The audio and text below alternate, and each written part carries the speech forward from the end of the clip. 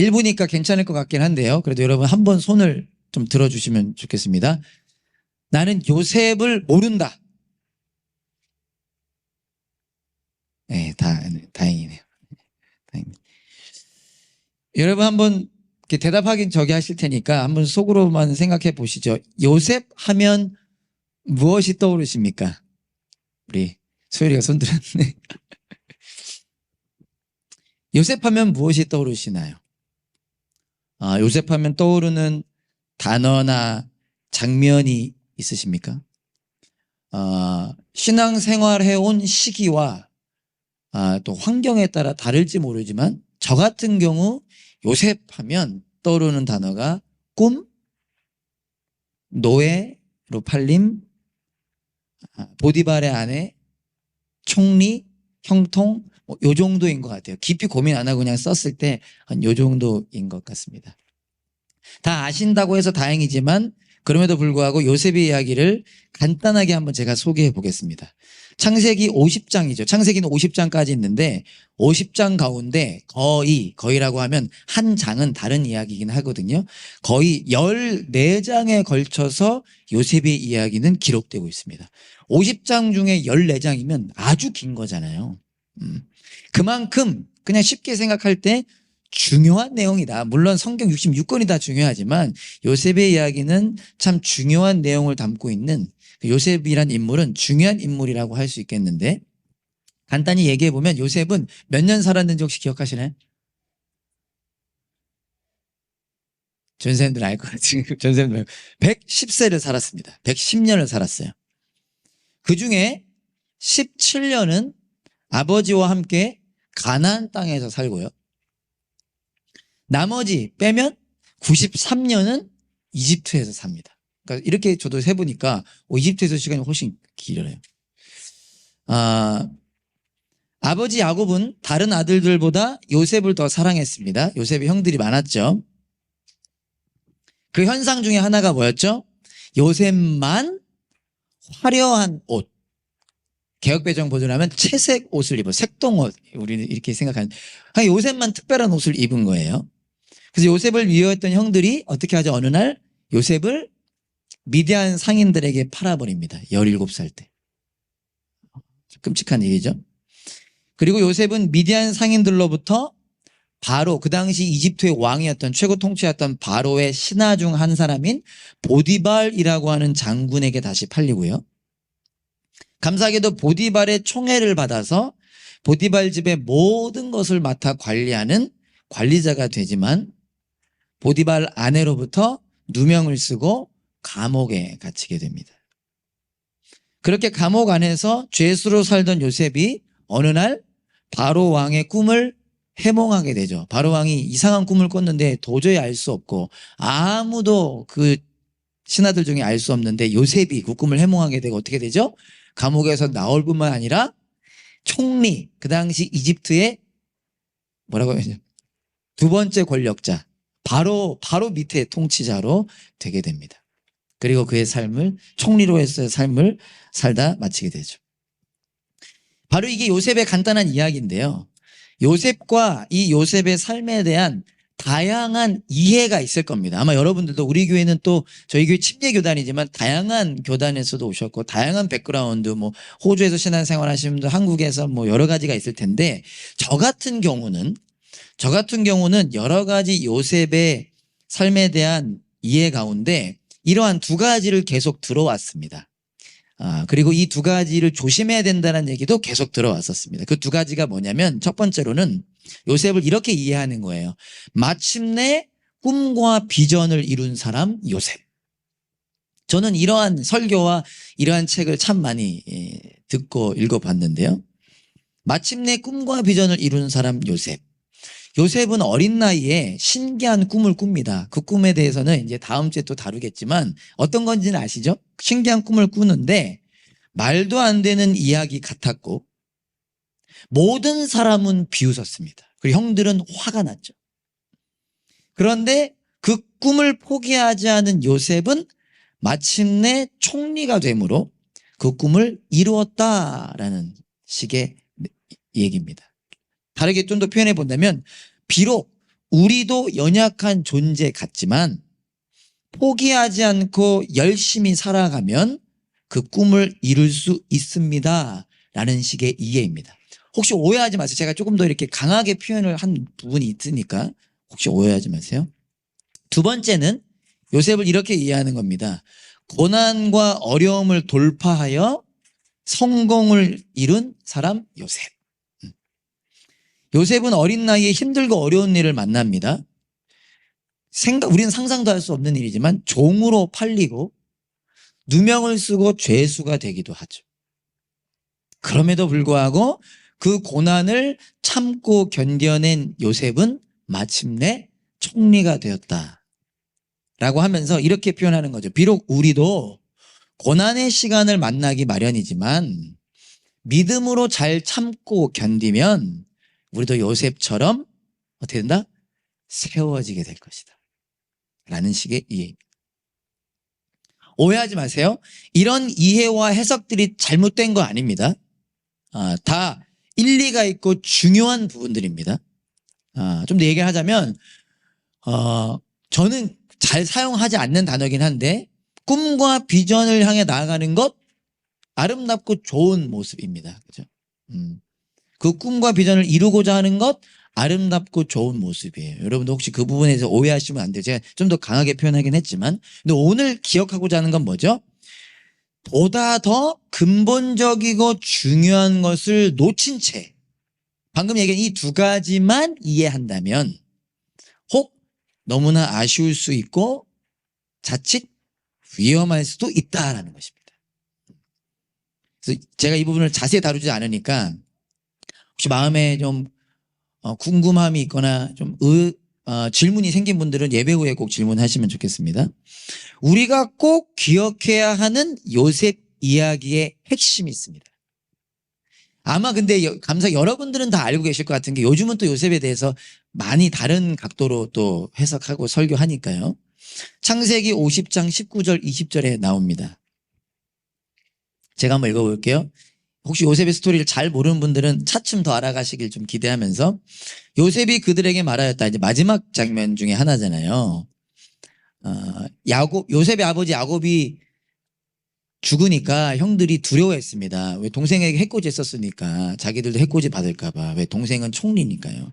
그러자 요셉이 말하는 거예요. 두려워하지 마십시오.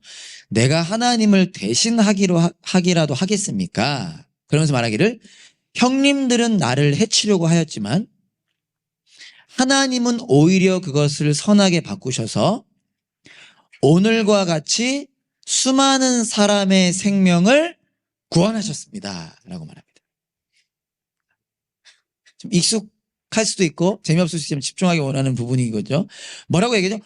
오늘과 같이 수많은 사람의 생명을 구원하셨다. 여러분 하나님께서 아브라함에게 약속하셨죠. 어려운 말로 언약하셨다라고 표현하는데 그 약속의 내용이 뭐죠? 여러 가지로 표현할 수 있죠. 내가 너의 하나님 되고 너는 나의 백성이 될 것이다. 조금 다르게 표현해 본다면 하나님께서 아브라함에게 나타나셔서 내가 너로 복의 근원이 되게 하겠다라고 말씀하세요. 너를 복 주겠고 너가 복이 돼서 다른 이들도 복 받게 하겠다. 그러면서 좀 디테일하게 뭐라고 말씀하셨냐? 내가 너의 자손이 별처럼 많아지게 하겠고 그러니까 너 한 사람을 큰 민족이 되게 하겠고 그 민족으로 하여금 가나안 땅에서 살게 하겠다. 가나안 땅이 너의 소유가 되게 하겠다. 이거는 그냥 눈으로 보이는 땅에 국한된 게 아니라 하나님 나라를 만들겠다라는 뜻인데요. 그런데 야곱 시대에 있어서 아브라함의 아들인 야곱 시대에 있어서 야곱의 가족은 뭐 많게 볼 수도 있지만 고작 70명이었습니다. 하나님은 너로 민족을 만들겠고 가나안 땅에서 나라가 되게 하겠다고 약속하셨는데 야곱의 때에 그 아브라함의 아들의 때에 고작 70명이었는데 문제는 뭐죠? 그나마도 끔찍한 기근으로 인해서 7년의 흉년으로 인해서 그 70명도 굶어 죽을 위기에 처하게 된다는 거예요. 하나님은 민족, 나라가 되게 하겠다고 했는데 다 굶어 죽을 위기에 처하게 된 거죠. 그런데 하나님께서 어떻게 하신 거예요? 요셉을 먼저 이집트로 보내셔서 오늘 요셉, 리얼 요셉도 여기 또 있네요. 이분도 리얼 요셉이시고요. 요셉을 먼저 이집트로 보내셔서 이집트에 누가 되게 하시고 총리가 되게 하시고. 근데 그 총리, 우와, 이인자, 그게 중요한 게 아니라 그 총리가 된 요셉을 통해 어떻게 된 거예요? 굶어 죽을 위기에 처한 70명의 야곱의 가족들이 계속해서 삶을 이어나갈 수 있게 하신 것입니다. 그래서 아까 창세기 다시 보여주시면 수많은 사람의 생명을 구원하셨다라고 말씀하신 거죠. 즉 요셉 이야기의 핵심은 무엇인 것입니까? 가장 중요하다고 말할 수 있는 핵심은 무엇인 것입니까? 하나님께서 이스라엘 민족을 보존하시기 위해, 이 이스라엘 민족을 보존한다는 의미를 아직 모르는 분들은 좀 더 인내하시면서 차츰 알아가실 수 있으니까요. 요셉을 세우셨고 요셉을 통해 일을 하셨다. 이게 요셉 이야기의 핵심입니다. 하나님의 일을 요셉을 통해 준비시키셨고 요셉을 통해 행하셨다. 동시에 우린 또한 무엇을 기억해야 돼요? 그 요셉은 그 하나님, 이스라엘 백성들을 보호하시고 지키시고 그 약속을 이루시는 그 하나님을 믿는 믿음으로 살아갔다. 그러니까 우린 또 여기에도 초점을 맞추려고 하는 거죠. 요셉은 하루하루 그의 삶을, 이집트에서의 그의 삶을 믿음으로 살아갔다는 거예요. 우리가 쉽게 말할 수 없는 종으로 팔려가고 죄수가 되었던 그런 고난의 삶을 단순히 통과했다 정도가 아니라 믿음으로 살아냈다는 거예요. 우리가 인간적, 세상적 혹은 뭐 좋게도 볼 수 있죠. 그가 이룬 그 총리라고 하는 자리, 성공이라고 만약 표현한다면, 조심스럽게 사용해야 되는 단어지만 그 성공도 우와 거기서 만족했다가 아니라 그 성공을 믿음으로 살아갔다라는 겁니다. 그리고 저는 이 요셉의 인생을 소망과 눈물로 살아간 인생이라고 표현해 보고 싶은 것입니다. 오늘부터 이 요셉의 이야기를 몇 주 동안 살펴보고자 하는데요. 바로 이 은혜를, 미안합니다. 제 소리 때문에 아이들이 조금 힘들 수 있는데 우리는 괜찮으니까요. 엄마들 걱정 마시고요. 바로 이 은혜를 주목하고 경험하고 소망하는 시간이 되기를 원합니다. 이 은혜가 뭐죠? 저와 여러분들이 오늘부터 어쩌면 감사하게도 잘 알고 있는 이 요셉의 이야기, 그리고 읽기 재밌잖아요.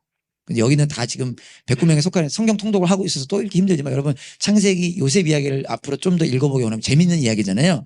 요셉 이야기를 보면서 함께 나누면서 살아서 역사하시는 하나님, 내가 목표한 것들이 지금 잘 이루어지지 않더라도 여전히 살아서 역사하시는 하나님, 그리고 그 하나님을 믿는 믿음으로 살아가는 자녀, 이 두 가지를 저와 여러분들이 주목하고 경험하고 소망하는 시간이 되기를 바랍니다. 우리 옆 사람 한번 격려해 볼까요? 소망합시다. 네, 저에게 실력이 부족해서. 그러니까 우리가 이 바램을 가지고 요셉 이야기를 살펴보려고 하는 것입니다. 그 시작으로 오늘은 히브리서 말씀을 잠시 보고자 합니다. 작년 말에 감사하게 히브리서 저희가 11장, 12장을 살펴보았었는데요. 거기에 등장했던 부분인데 믿음의 선조, 믿음의 선배들에 대해서 히브리서 기자가 언급하죠. 여러분, 우리 믿음으로 살아갈 수 있습니다 를 더 힘있게 전하기 위해서 믿음의 선조들에 대해서 쭉 나열하는데 그 가운데 요셉이 등장합니다. 그리고 감사하게도 요셉의 인생을 딱 한 절로 요약합니다. 여러분, 저와 여러분들의 인생을 우리 스스로가 혹은 나의 배우자 혹은 우리의 가족, 나의 자녀, 부모님들이 한 절로 요약한다면 뭐라고 요약할까요? 우리 찬수를 한 절로 요약한다면, 우리 제들을 한 절로, 그거? 오늘 요셉을 한 절로 요약합니다. 감사하게. 그래서 오늘 첫 시간으로 나누고자 하는데요.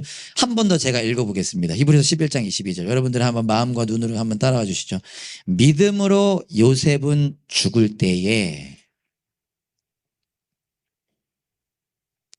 이스라엘 자손들이 이집트에서 나갈 일을 언급하고, 이거 잘 보셔야 돼요. 자기 뼈를 어떻게 할지를 지시하였습니다. 물론 믿음이라는 시각으로 바라보는데 우리에게 도움이 되겠죠. 요셉이요, 그의 삶을 마칠 때 두 가지를 언급합니다. 그리고 히브리서 기자는 이 두 가지 언급을 통해 요셉을 묘사합니다. 요셉은 이런 사람이야. 요셉은 이런 사람이야. 저와 여러분들이 그 삶이 되길 바라는데요. 첫째, 요셉은 무엇을 언급하느냐? 이스라엘 자손들이 이집트에서 나갈 일을 언급합니다. 이게 무슨 소리인지 아시는 분? 모르시는 분은 아무도 안 되겠죠. 이집트에서 나갈 일을 언급한다. 이 내용은 창세기 50장에 기록되고 있는 내용인데요. 창세기 50장 24절 25절을 한번 보겠습니다. 조금은 더 자세히 나와요. 자, 이게 뭐냐? 한번 보겠습니다. 요셉이 자기 친족들에게 말하였다. 나는 곧 죽는다. 그러나 하나님께서 반드시 너희를 돌보시고 너희를 이 땅에서 인도하여 내셔서 아브라함과 이삭과 야곱에게 맹세하신 땅에 이르게 하실 것이다. 요셉은 이스라엘 자손에게 맹세를 시키면서 일렀다.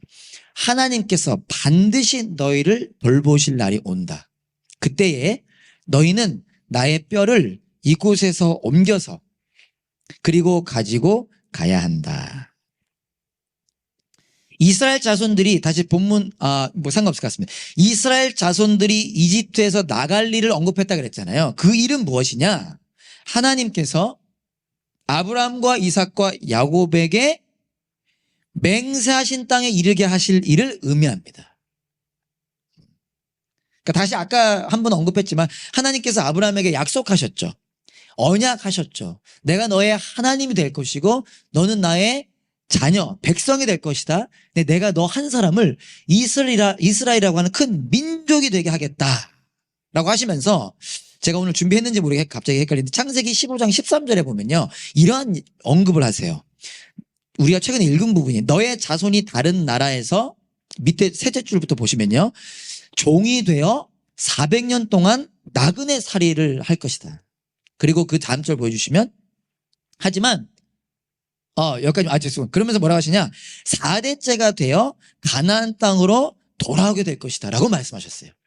자, 다시 좀 빨랐나요? 하나님이 아브라함에게 약속하시면서 무슨 얘기 하셨냐면 너의 후손이 다른 나라의 종이 되어 400년 살 것이다. 뭐죠? 이집트의 종이 돼서 400년 살 거야. 근데 4대째가 되면 내가 다시 다 돌아오게 할 거야 라고 아브라함에게 약속하셨어요.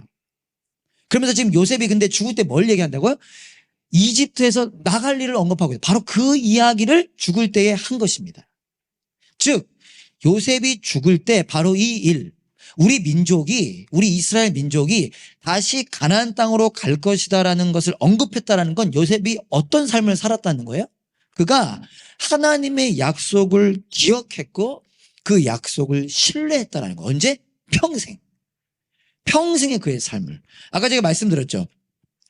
가나안 땅에서 고작 17년 살았고요. 93년 동안 이집트에서 그것도 총리라는 삶을 살았습니다. 여러분, 요셉이 30살에 총리가 되거든요. 30살에. 그리고서 80년을 총리로 살아가는데 여러분, 그 삶이 어땠겠을까요? 우린 잘 상상도 못하지. 그 나라에 그 당시 이집트가 가장 강한 나라 중 하나였거든요. 그 최강국의 2인자가 되었는데 80년 동안 살았대. 손가락도 아니고 제가 군대에서 병장으로 몇 개월 살았나 기억이 안 나는데 병장으로 살면 내가 왕인 것 같아 막 너무너무 좋아. 애들이 막 하라는 대로 해. 막 손가락도 안 움직여. 하면 해. 근데 그거랑 비교할 수 없는 80년을 총리로 얼마나 세상적으로 가장 멋지고 편한 삶 아니었을까요? 그런데 그런 요셉은 매일매일 그 애굽 땅 총리가 아닌 하나님의 약속을 바라보았다는 것입니다. 어떤 약속이요? 내가 언젠가 반드시 나의 백성을 가나안 땅으로 돌아가게 할 것이다 라고 하는 약속을 바라보았다는 거예요. 이게 좀 우리 피부를 안 나닿을 수도 있겠지만요. 이 하나님의 약속을 창세기 50장 24절 25절의 내용으로 표현해 본다면 반복되는 표현이 있습니다. 하나님께서 돌보신다. 즉 우리식으로 표현해 본다면 요셉이 바라보고 신뢰했던 하나님의 약속은 그의 백성, 그의 자녀를 돌보신다라는 것입니다. 즉 요셉은 살아계신 하나님의 돌보심을 알았고요. 그 하나님의 돌보심을 신뢰했다라는 거예요. 그게 요셉의 삶의 내용이라는 것입니다. 하나님을 신뢰했다. 사랑 여러분, 예수님께서 저와 여러분에게 하신 약속이 있습니다. 언제? 난 못 들었는데. 여러분, 예수님이 저와 여러분들에게 하신 약속이 있어요. 뭘까요? 많죠. 많지만 한 가지만 오늘 기억합시다. 마태복음 28장 20절. 자, 가운데 보아라부터 다 같이 한번 읽어봅시다. 시작. 내가 세상 끝날까지 항상 너희와 함께 있을 것이다. 예수님이 하신 약속이에요. 예수님이 하늘로 승천 올라가시기 전에 마지막으로 하셨던 말 가운데 여러분들을 향한, 우리를 향한 약속. 내가 세상 끝날까지, 이건 이제 설교가 따로따로 하면은 지금부터 1시간이 할 수 없고, 항상 뭐 하시대요? 너희와 함께 있을 것이다. 예수님이 하신 말씀이에요. 예수님이 하신 약속입니다. 며칠 전에 요즘 저희 아내가 자매들 대상으로 성경 공부를 하는데 스케줄을 일부러 맞춰서 수요일 날 오전 오후 거의 하루 종일 해요. 그럼 저에게 어떠한 사명감이 오는 거죠? 제가 그때 아이들을 둘을 케어하는 거예요. 근데 보통 감사하게도 오전 섹션에는 큰애를 데려가 주십니다.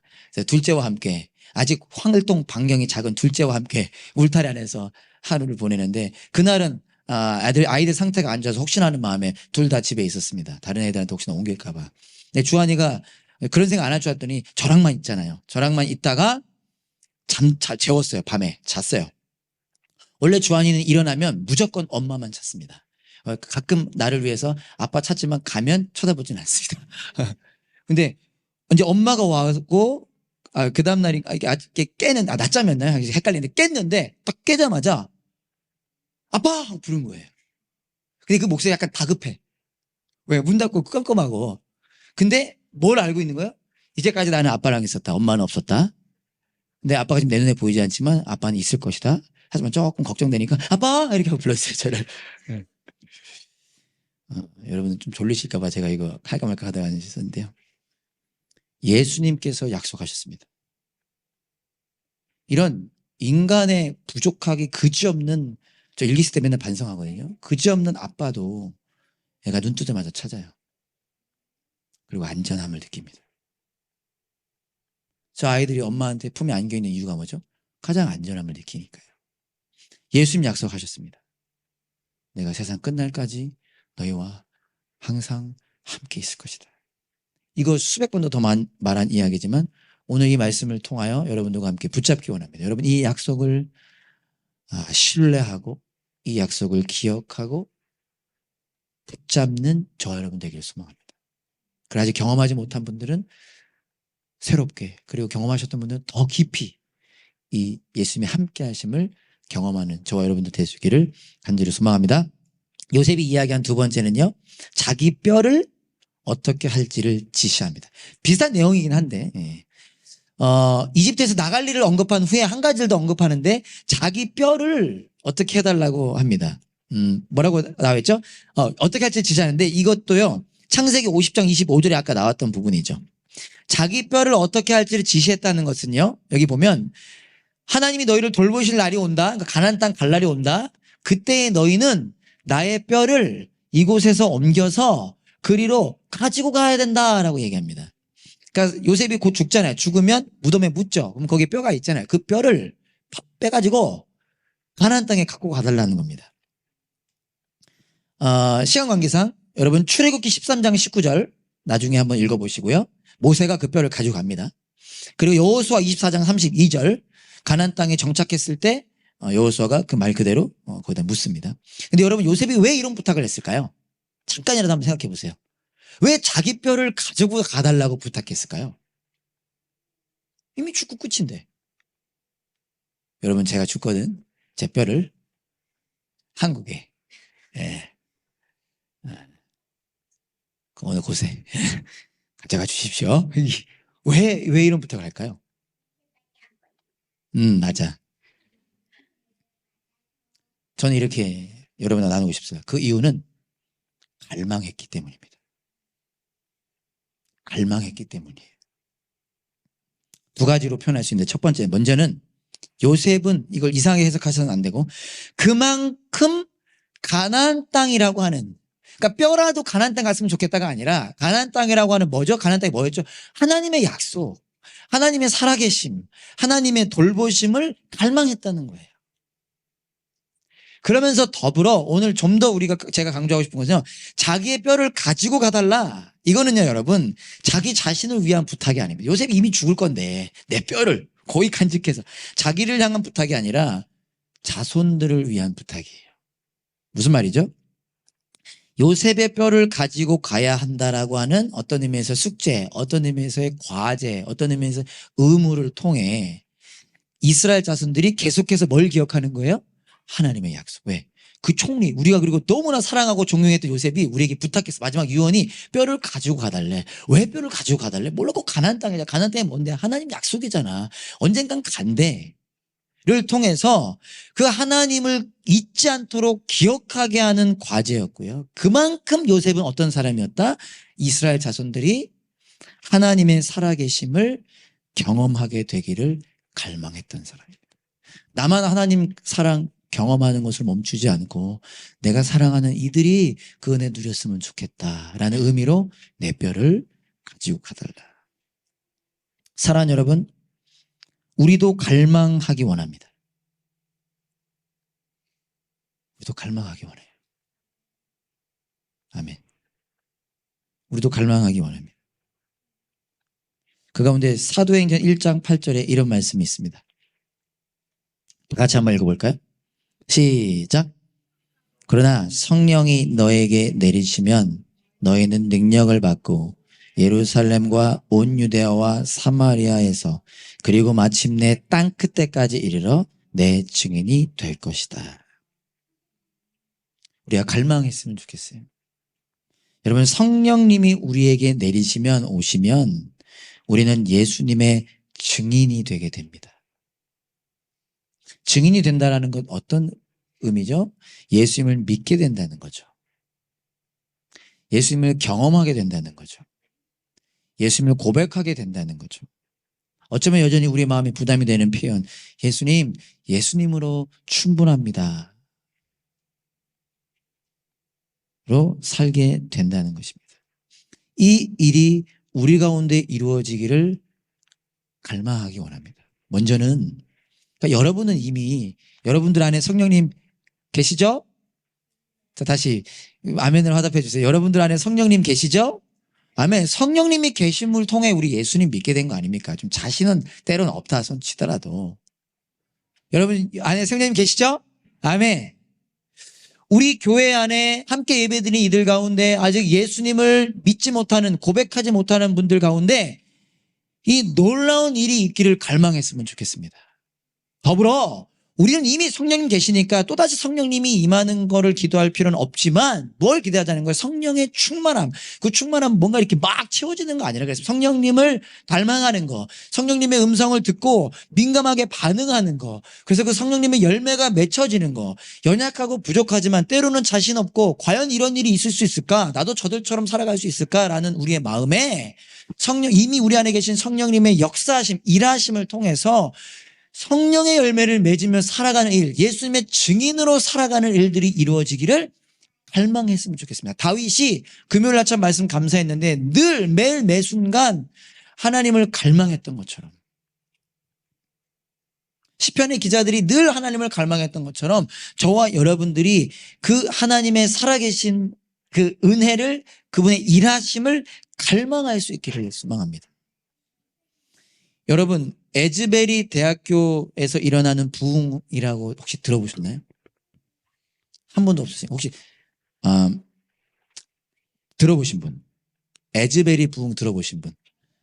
우리 전사님들 말고도 방금 전사님 말고도 한 분 계셔서 다행이었습니다.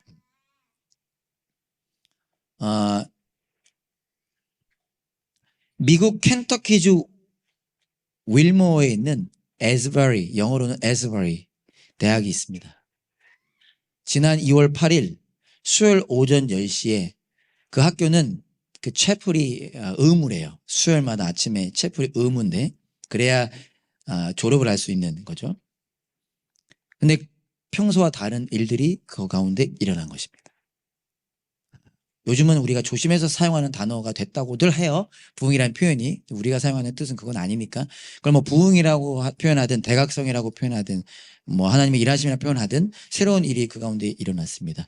평소 같으면 예배 끝나고 그냥 끝나는데 예배가 끝난 이후에 100여 명의 학생들이 강당을 떠나지 않고 계속해서 찬양과 기도를 이어갔다고 합니다.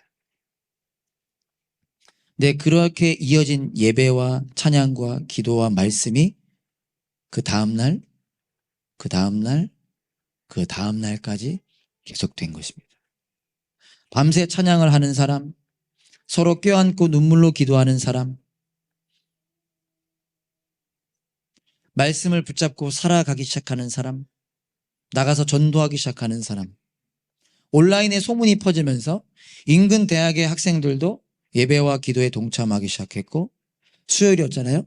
토요일에는 그 강당을 꽉 채웠대요. 1489석. 감사합니다. 제가 까먹고 있었네요. 사진 해달라는. 꽉 찹니다.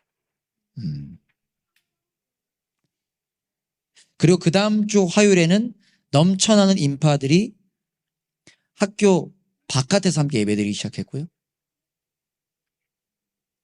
사진 준비하지 못했지만 이걸로도 안 돼서 인근의 학교들의 채플에서 함께 예배드리기 시작했습니다. 근처에 신학교도 있고 여러 대학이 있거든요. 뿐만 아니라 조심해서 우리는 해석해야 되지만 그 곳만에 성령님이 계신 건 아니죠. 그러나 이 하나님의 일하심을 눈으로 보고 싶은 분들이 찾아오는 발걸음들이 이렇게 있었습니다. 이 일은 다른 대학에도 그 은혜를, 그 부흥의 불길을 전파하고 있다고 합니다. 예를 들어 캠브랜드라고 하는 대학교 학생들도 자발적으로 예배 모임을 갖기 시작했고 시더빌이라고 하는 대학교에서도 기도회와 전도가 일어나기 시작했다고 합니다. 뿐만 아니라 테너시 중학교인 그레이스 크리스천 아카데미 중학생들 스스로가 모여 기도하고 고백하는 일들이 일어나기 시작했다고 해요. 우려의 목소리, 부정적인 목소리도 있다고 합니다. 왜? 워낙 요즘 세상이 또 교회도 놓칠 수 있는 것들이 있으니까 냉철하게 바라봐야 한다는 말도 있다고 합니다. 저도 가장 중요시 여기는 것, 이런 상황에서 중요시 여기는데요. 이 현상에만 집중해도 안 될 것입니다. 여러분 아시죠? 저 집회 때마다 그런 것들 강조하는 거 아시죠? 그 한순간의 현상에 집중해도 안 될 것입니다. 그런 모습에 집중하자는 거 아닙니다. 그러나 만약 지금 이 가운데 일어나고 있는 일이 하나님께서 하시는 하나님 안에서 일어나고 있는 일이라고 한다면 감사한 것은 좀 오해하지 말고 들으면 막 이렇게 막 방방 뜨고 이런 게 지금 아니에요. 그런 모습이 아닙니다. 가만히 조용한 가운데 그 예배와 말씀 붙잡는 일이 일어나고 있다는 소식에 제가 조사한 게 맞다고 한다면 혹시 다른 것들이 있다면 꼭 조사, 요즘에 이런 거 워낙 빠르죠. 뭐 AI도 있고 하니까. 제 마음에 어떤 것들이 생겼냐면 만약 하나님께서 그 가운데 일하고 계신다고 한다면 다른 수혈과는 다른 수혈이 된 거잖아요. 그냥 의무감으로 졸면서 저도 경험이 있거든요. 거기를 가지 않으면 졸업할 수가 없어요. 이수할 수 없어요. 그래서 그냥 자리를 차지하던 그곳이 지금 자발적으로 모여서 예배하는 곳, 이 일들이 하나님이 하시는 일이라고 한다면 저에게 이러한 갈망이 생겼습니다. 원래도 있었지만 더 뜨거워졌습니다. 이러한 갈망이 생겼어요. 이벤트로서가 아니라 놀라운 일만으로서가 아니라 하나님께서 약속하신 성령님께서 약속하신 약속으로서의 부흥, 영적 대각성, 말이 어렵나요? 변화되고 성장하는 일들이 일어나기를 갈망하는 마음. 그래서 매일 아주 새벽마다 지금 기도하고 있습니다. 물론 그게 중요한 건 아니죠. 오랜 시간에 함께하는 기도가 필요한 거, 중요한 것이죠. 하박국 3장 2절 여러분들이 잘 아시는 말씀일 텐데요. 제가 한번 읽어보겠습니다. 하박국 선지자가 황폐해지고 망한 자기 나라 조국을 바라보며 그러나 그 가운데 여전히 살아계셔서 하나님 바라보면서 이렇게 기도합니다. 주님, 내가 주님의 명성을 듣습니다. 주님, 주님께서 하신 일을 보고 놀랍니다. 주님의 일을 우리 시대에도 새롭게 하여 주십시오. 우리 시대에도 알려주십시오. 이렇게 함께 갈망하는 저와 여러분 되기를 소망합니다. 하나님, 우리 담업린교회 예배에도 지금도 그 일이 일어나고 있지만 더 깊게, 더 넓게 우리 금요 예배, 주일 1부 예배, 주일 2부 예배, 우리의 다른 여러 모임들, 우리 가정에서의 모임, 지체들과의 모임 가운데 주님, 살아계신 하나님을 경험하는 일들이 일어나게 해주십시오. 그렇게 기도하는 저 여러분 되기를 소망합니다. 바로 그 삶이 소망과 눈물로 살아가는 삶입니다. 다 같이 찬양할까요? 우리 같이 일어나셔서 함께 찬양합시다.